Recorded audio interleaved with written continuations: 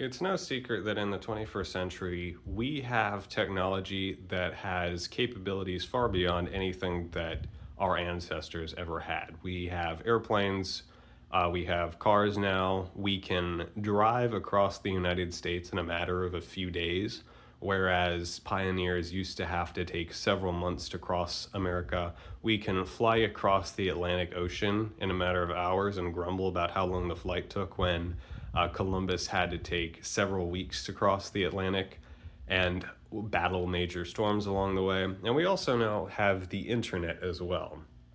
We can look up pretty much any piece of information that we want to and have that information instantly available at our fingertips. And when it comes to food production, now we are no longer really limited by the season of food. So, for example, we don't have to say, oh, well, bananas aren't in season right now, so we can't have them. We can eat bananas pretty much whenever we want to. Speaking of which, bananas used to be seen as a somewhat quote unquote exotic food. Now we can have them wherever we live, whenever we want to have them. We have access to pretty much any kind of food that we want as long as we're willing to pay for it. We also have access to other types of technology previously unheard of by us. So, for example, air conditioning. We can now change the air in our houses to the temperature that we desire, again, as long as we're willing to pay for it. We can heat our water as long as we're willing to pay for it. We are able to also have indoor plumbing and other things like that. Instead of having to go out to the pump outside of our house and physically pump it up, we have showers and other things like that. And all of this has been seen as a net positive for society. This has also helped in advanced medical care as well. There's technologies such as pills that we never would have known about beforehand. Also, just types of hospital equipment that we never had access to before. We have X-rays and things of that sort. But if you really stop to think about it, this isn't necessarily the greatest advancement, or this isn't necessarily the greatest thing for society, not in all the ways that we might think it is. We've often heard people say things such as, oh, kings would be jealous of us because we have air conditioning and internet technology and things like that. And they didn't have access to that, and they would absolutely have loved to live in our modern society. And I'm actually going to make the argument here today that I'm not going to say technology is necessarily evil. But I'm going to say that it's dangerous. The SSPX published actually a podcast series on YouTube and in other areas called Digital Dangers. And the priest on that podcast, Father Kopek, made the comparison. He said, technology is not inherently evil or intrinsically evil, but technology is intrinsically dangerous. And I think he's absolutely correct in that assessment, though my arguments about why technology is dangerous might differ slightly from his.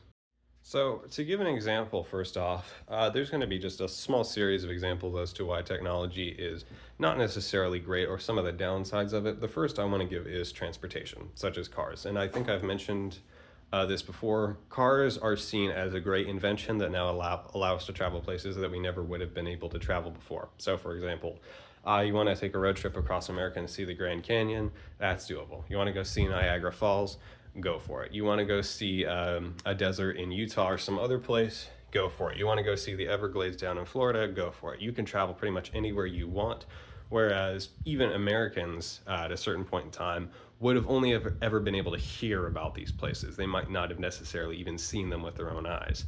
Now we can go drive wherever we want to. Roads and cars are seen as a great benefit for society. But I'm actually going to argue that they have a lot of potential downsides. And no, I'm not going to be basing that off of global warming. I'm going to be saying that it's actually kind of destroyed our small communities in a way. So in the early days of America, and this applied in other places around the world as well, you as an individual were very much reliant on your community for anything that you wanted.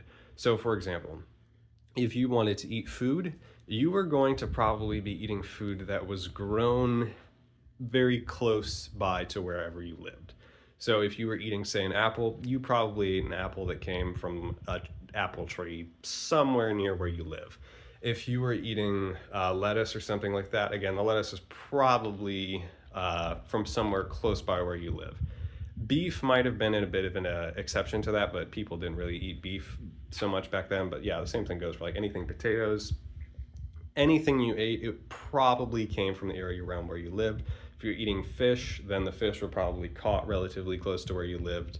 If you ate venison or something that somebody hunted in the forest, it was probably shot and killed or caught near wherever you lived. That is now gone. Something you'll often hear Americans complain about is the quality of the food that they have. It's been genetically modified, it's been altered, it has chemicals pumped into it. And this is partly the fault of technology that the food was altered. The food has been altered thanks to technology. It's had chemicals pumped into it. It's been, genetically modified, if you want to call it that. That's an experiment of technology, but I'm also going to blame that on cars. Cars kind of broke up small communities in a way.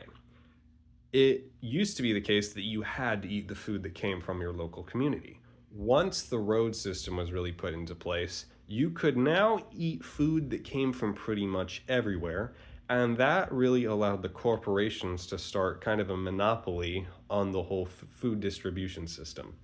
Uh, Something you'll often hear is that a lot of Americans used to kind of grow their own food, or they used to have their own gardens, but slowly over time they kind of stopped growing their own gardens, or their gardens grew smaller and smaller and smaller. And today, practically no Americans grow their food at all. They just all get it from the grocery stores. And I think we've all heard of events such as Hurricane Katrina, where the quote unquote grid was knocked out, and then the grocery stores were looted, and the next thing you knew, everyone was suddenly starving down there because they didn't have their own food.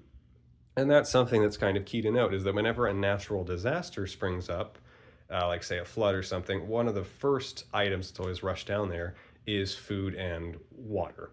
And it's kind of assumed that the people down there aren't going to have access to their own food and water. And yeah, I understand, like if a flood comes in or something, obviously any food that you have in a garden is probably gone, or, maybe your well has been damaged or it's inaccessible. But it's kind of noteworthy that food and water are of such great importance to our living, our being.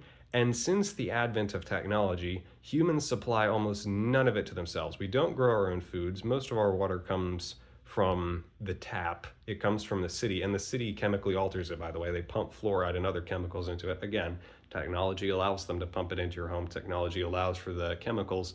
And so, in a sense, we're looking at two problems with technology. One, it alters the food and water here, which we all need and rely on. It's completely altered it beyond what's natural.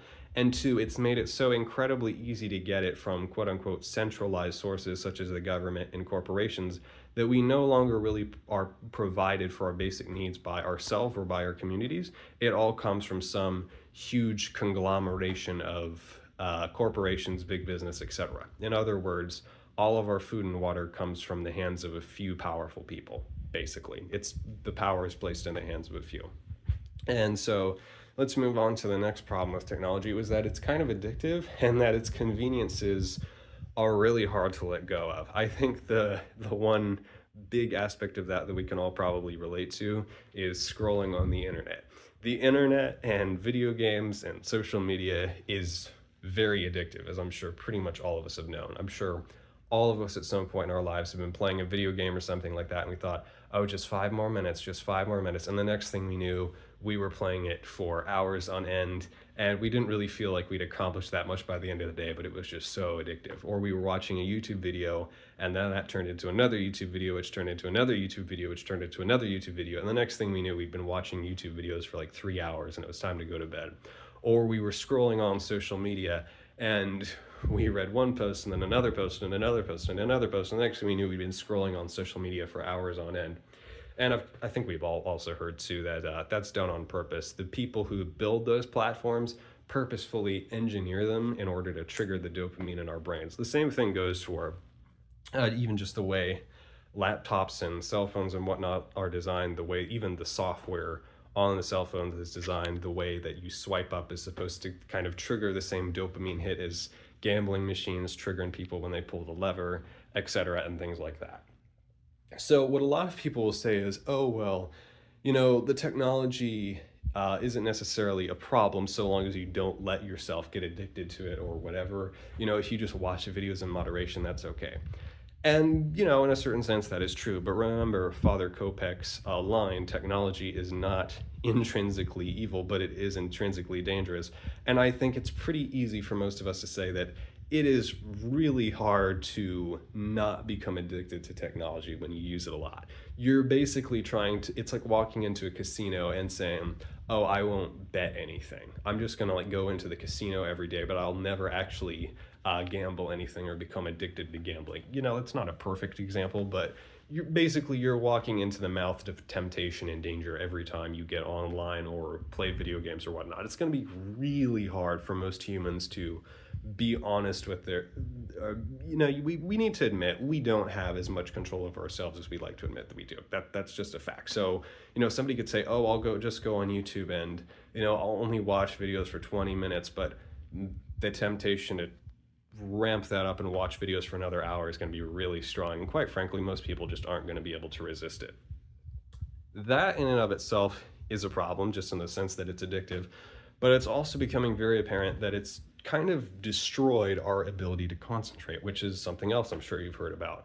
Many people in Gen Z and millennials are coming out and saying, when I was a kid, I used to be able to sit down and read books. I was a big reader. I loved reading history books or fiction books or whatever. But they'll say, now I can't sit down and read books anymore. My ability to concentrate is just completely gone. It's been shot.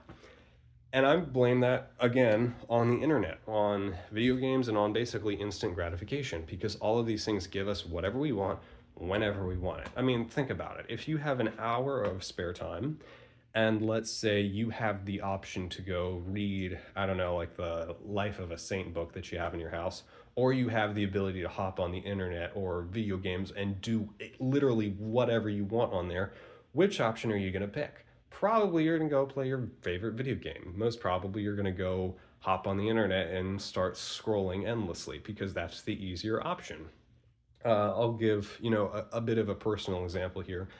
Not that long ago, I had my access to the internet cut off for about a week, and I ended up filling a huge chunk of that time in by reading two books I had with me. One was a biography of somebody, and the other was actually the Bible with a bunch of explanations in it. I had been meaning, quote unquote, to read that biography and meaning to read some sections of the Bible for months by that point, and I'd never gotten around to it. All of a sudden, though, once the technology was gone, once it was just no longer an option for me to be on the internet or waste my time in that in any other manner, all of a sudden I had, hours of time left over, and I needed something to fill it. So I was like, well, I don't have the internet at my disposal. What am I going to do? I'm going to go read my biography. I'm going to go read the Bible for a minute. And since that was all I had to do with my time, I did it. And I got far further and far faster in reading it than I ever would have otherwise. Otherwise, it was a real fight. I tried reading the biography at one point at home, and it was a real fight to read the biography and not go hop on the internet. But once I just removed the internet from the equation by cutting myself off from it for a week, all of a sudden that was no longer an issue. Look at that. So, and I highly suspect that many of us would be far more productive in our lives, or we get far more of the things that we intend to get done if we just didn't have access to the internet. I've often heard people say things like, oh, there's just not that much time in a day or whatever. I'm willing to bet, I agree in some sense, but I'm willing to bet if we cut the internet out of our lives, there's so many things that we are meaning to get done that would just suddenly complete themselves. Okay, so that's enough about that. Let's move on to I want to focus a little bit more on connecting with our neighbors in some other senses. So one priest I once heard complained that when he was a kid and he was driving cars, and again, I already complained about cars, but he said when he was driving cars when he was a kid and somebody was broken on the side of the road, people would immediately drive to the side of the road behind the parked car on the side of the road and say, hey, are you okay? Is your wheel flat? Is your battery okay? Is your car okay? Is there some way I can help you? And the reason that people would drive to help their neighbors in this manner was because there were no cell phones. If somebody's stuck on the middle of a road, especially if they're in a more rural area, they're probably going to need somebody else to stop by and offer to help them out, even if it's just to go drive down to the nearest gas station and grab a gallon of gas or whatever. In our modern times, he complained, nobody does that anymore. If there's a car stopped by the edge of the road, nobody goes to help them anymore. No random person driving down the road bothers. Why? Because everybody has cell phones, and it's assumed, oh, even if so and so is broken down on the side of the road, they've got their cell phone. They'll just use their cell phone to call people, and that will be the end of it. They can call a tow truck, they can call a relative or a friend or whatever. They'll figure it out on their own. They don't need my help. And that has really kind of hurt the ability of people in general to band together and help each other. And I stopped by, I was on a road trip recently, and I stopped by a little kind of tiny small town museum while I was on that road trip.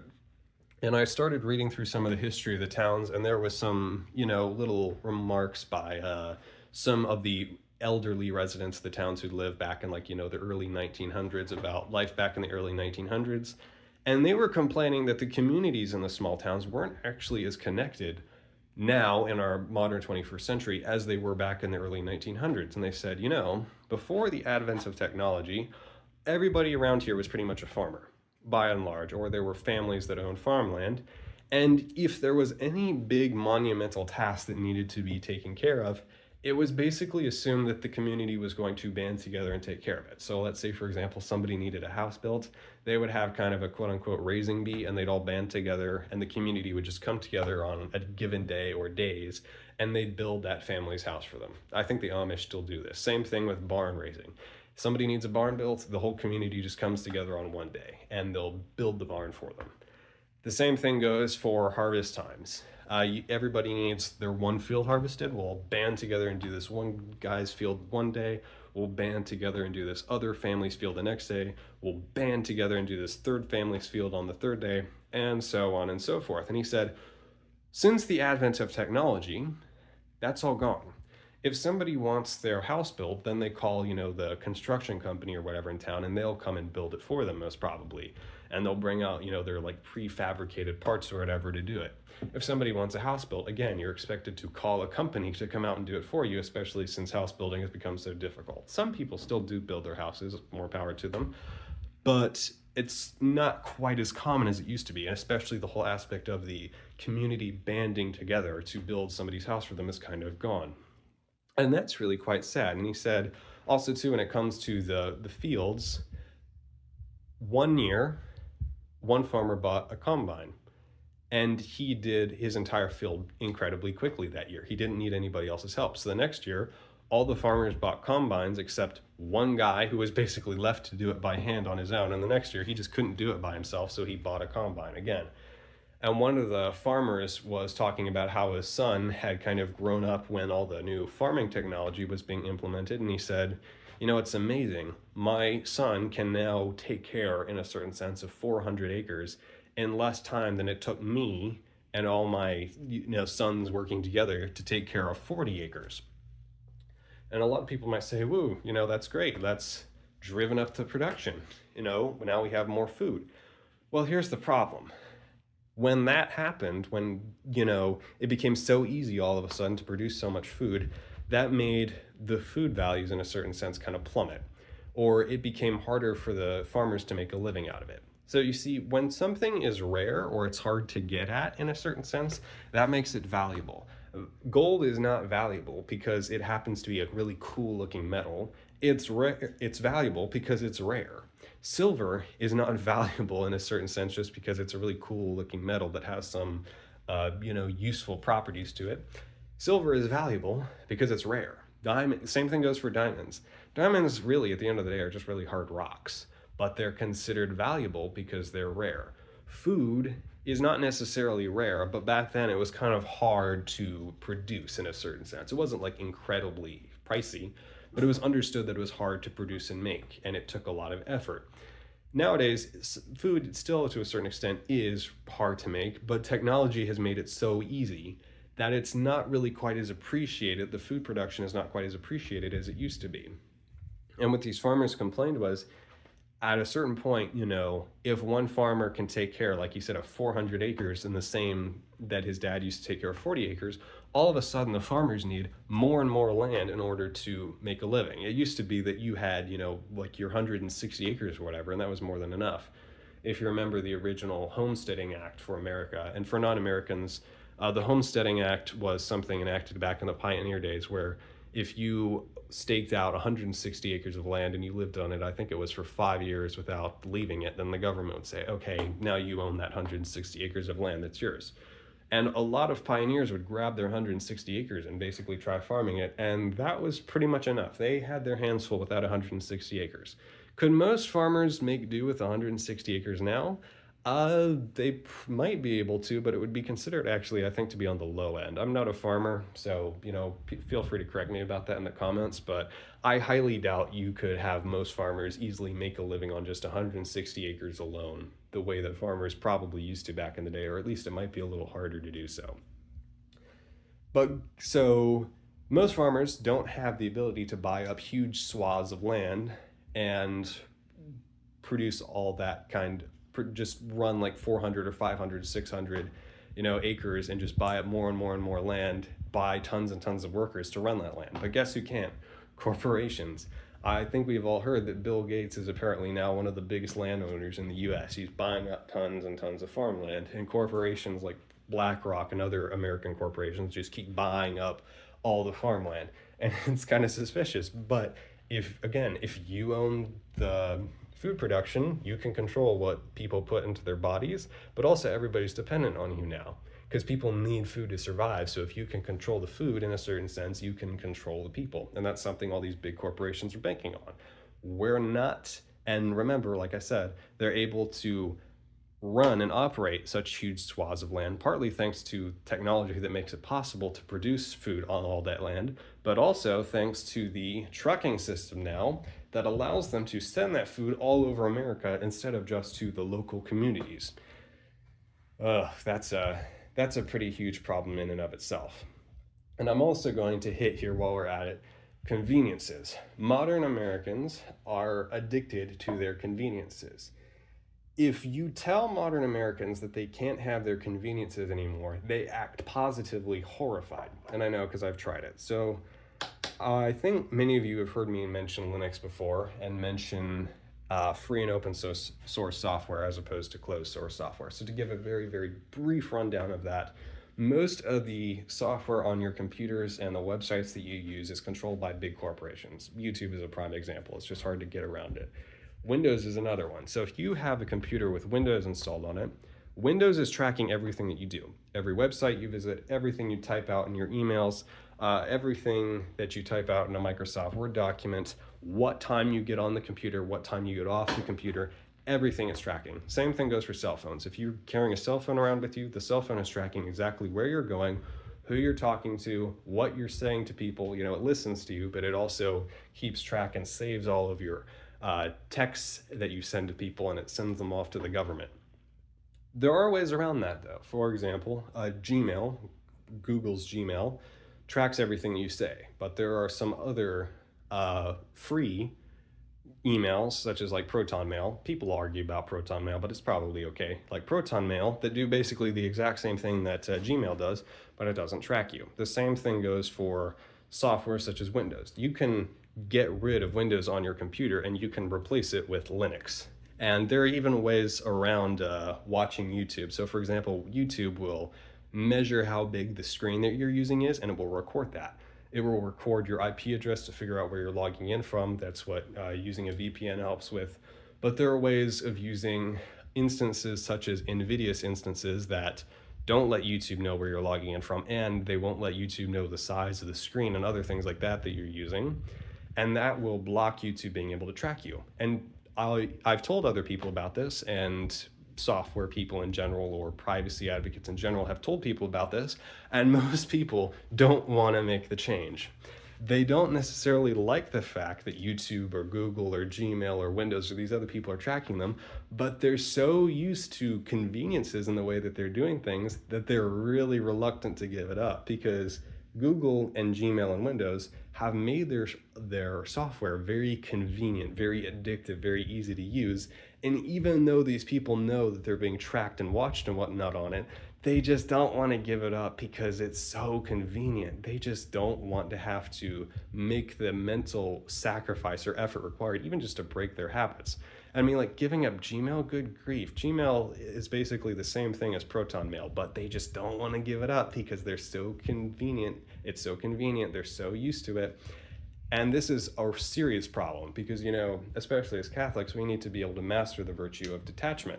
And if people can't detach themselves from their video games or from Gmail or Google or whatever, because, oh, but it's just so convenient, then we have a serious problem on our hands. So that's probably it for today. I think there are other problems with technology, but I'm going to leave it there for now. But I think that definitely gives you something to think about and focus on because we often just take it for granted that technology is this great, big, wonderful thing with just minimal downsides, and that really isn't the case. In many ways that we often don't think about, it really just has wrecked our life as human beings and the natural